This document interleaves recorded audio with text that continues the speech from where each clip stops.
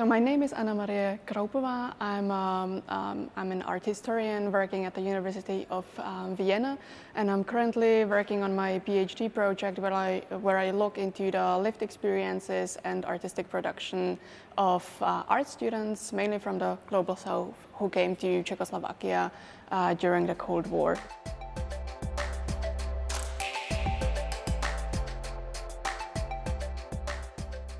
Let me maybe start with a little research reference, because there was a small research project at the University of Vienna which looked into the backgrounds and motivations of people who go to galleries, who go to museums, and one of the main reasons was actually that you have been socialized to go to museums. So your parents or someone close to you went with you to museums, so you learned how to move in these spaces, what are the social rules, etc. So I think I myself could be a subject of this study, because my parents very early on went with me to museums, to galleries, so I never thought about them as something inaccessible, something that I would feel uncomfortable about.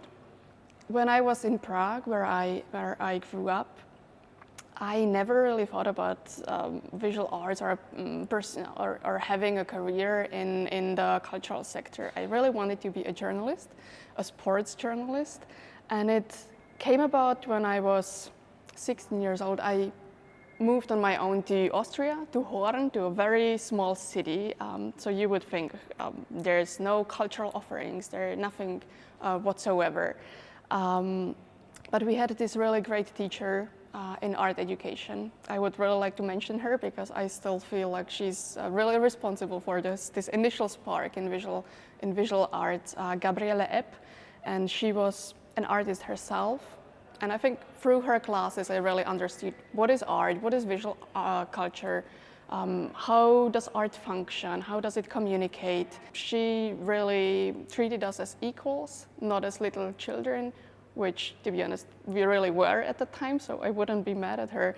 But she was really respectful and, helping us to create the creativity. So I think that was the most important moment for me to actually choose the studies at the university.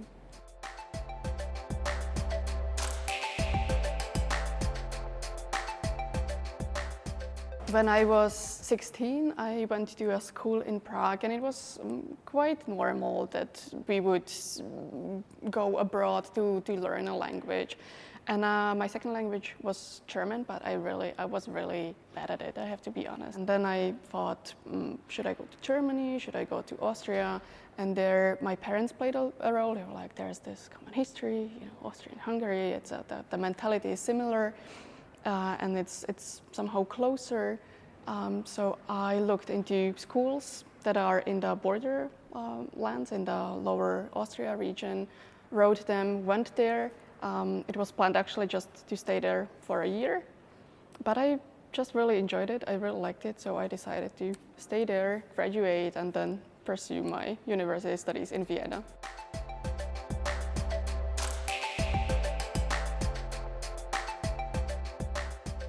I did an Erasmus in Prague, so during my master's I wrote a thesis on this Manes Association, and to do it I really wanted to also go to the archives in Prague. So I did an Erasmus studies in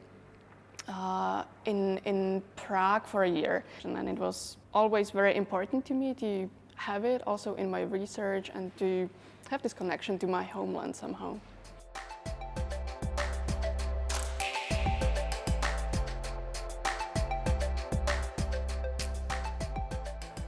Nowadays, we know that culture and visual art do not develop in those rigid national borders. So art and culture is not encapsulated within the national borders. And the arts really develop through very complex circulation of people, of ideas, of artists, of artworks. And these are on a global scale, and this global spatial room is ingrained with some power structures, some power dynamics, which of course influence the developments. So I always wanted to somehow like move beyond these rigid national borders, maybe also because I lived in different cities, in Vienna, Prague mostly, but also in New York for a few months. So I really wanted to get rid of it somehow, to move past it, because also this dominant narrative is really centering on a Western-centric idea of progression of art. It is very linear, but as I said, that is not how art is developing. And in this dominant narrative, our region, even the Central Eastern European region, is seen as the other Europe, something that is even like downgraded to mere appendix of the Western development. So I think for everyone who is interested in our region, who comes from this region, I think it's important to think about other frameworks of art. You know, Czechia, I think about the Austrian imperial rule, the nation building, the Soviet domination, and these are all very global perspectives, and that is why I think we should really think about it from the global perspective also.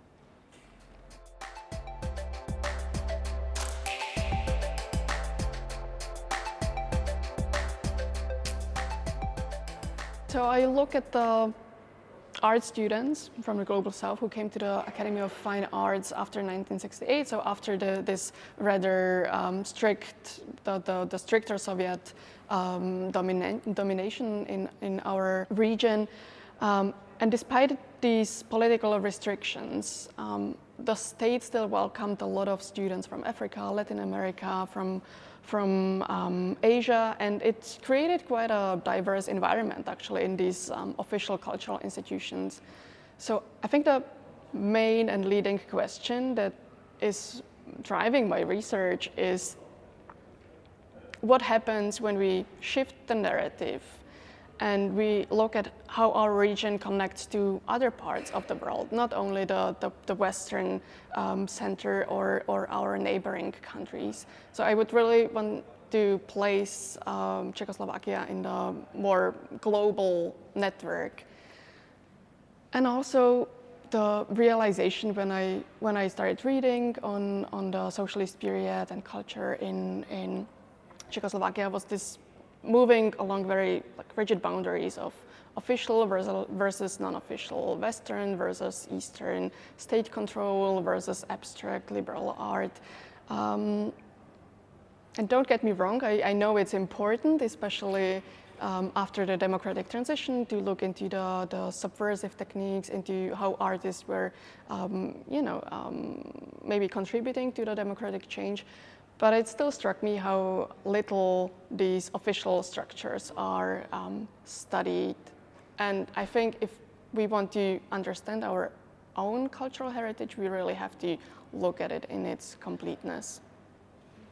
And the last thing, also very central, is that I want to really put forth the experiences of the people. So not writing knowledge or gaining knowledge about people, but with the people.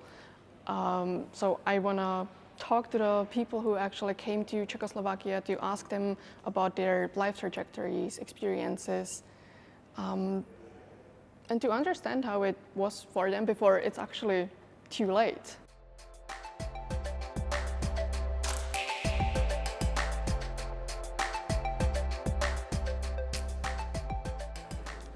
I love the question because there's a really strong connection that even I wasn't really aware of. Before going to Senegal for a conference that my chair at the University of Vienna organized, I looked into some connections where there are some art students, maybe some film students. I didn't really find a lot.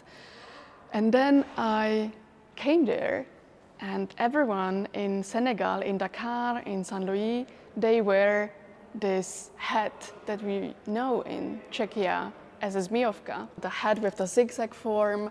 I think it was traditional in our region for like butchers. And when I went there, everyone had this zmijovka, and I was like, how is this possible? How did it come to Senegal? And it's being seen as part of really the national heritage. And then I learned about the story that the anti-colonial leader Cabral, who went to Czechoslovakia because of the political connections, of course, he went to Czechoslovakia, he saw the hat, he really liked it, and he was photographed with it, and went to Senegal, to other countries.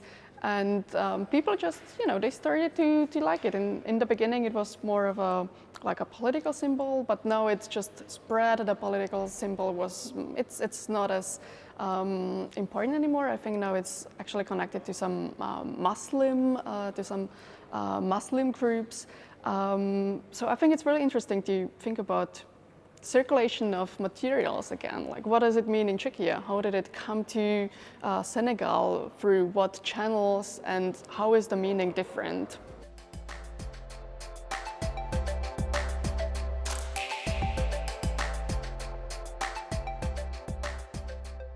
I think it's important to leave your own culture to be able to look at it from the outside somehow, to understand how it is perceived in another culture. Who writes the narratives and how do they write it?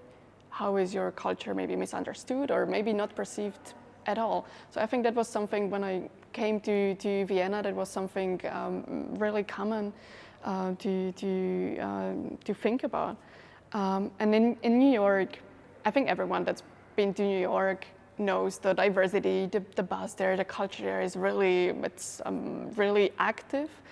And being in MoMA, I think what also like enriched me in a way is when we think about the collection and we have the collection and we think about how to exhibit it.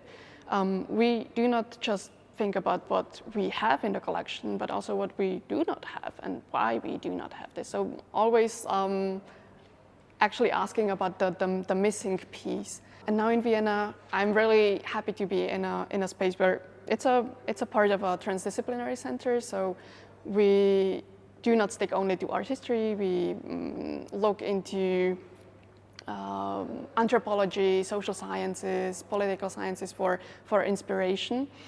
And the world's complex. It's getting more and more complex. It's actually always been complex, even though some politicians would want us to think that it's been otherwise. So I think the research has to reflect on that. And being able to be in everyday touch with people from Africa. We have colleagues from Cameroon, from Senegal, from Thailand. That's been really enriching to always, see some completely other perspectives, to just think out of the box, I would say.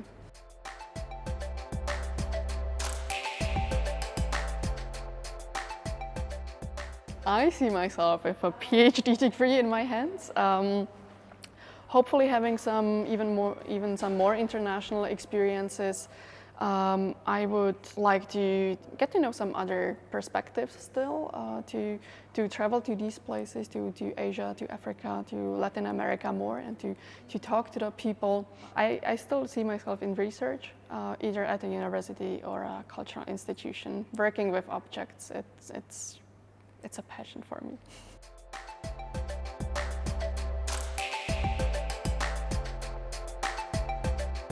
Well, it might be an unconventional thing to say for an academic, I think, but for me it was always, during the studies, to not just focus on the theoretical path, but also, gaining practical experiences, going to the institutions, getting some internships, look into international programs. The galleries, the museums abroad, they have internship opportunities. Apply for them.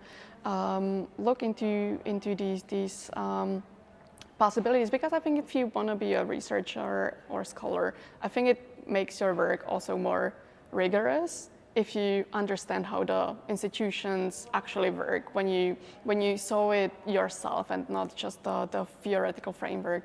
So I think the connection between practical experiences and the theoretical frameworks are major, and also I think something that academia is looking for more and more.